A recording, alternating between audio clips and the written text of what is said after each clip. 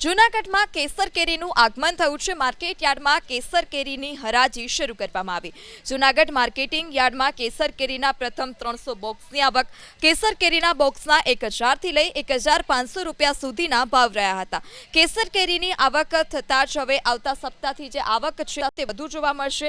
આ વર્ષે કેસર કેરીના પાકને ગ્લોબલ વોર્મિંગની અસરથી નુકસાન પણ પહોંચ્યું છે।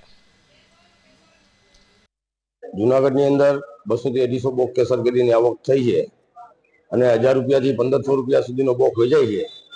આવતા દિવસોની અંદર કેસર કેરીની આવક ચાલુ થશે, વધારે ચાલુ થશે અને ભાવની અંદર થોડા ડાઉન થશે।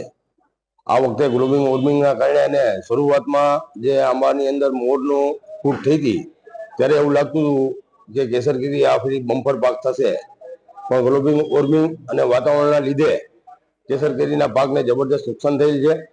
એટલે એવું અત્યારે વિચાર થાય છે કે ભાઈ 25 થી 30% કેસર કેરી થાય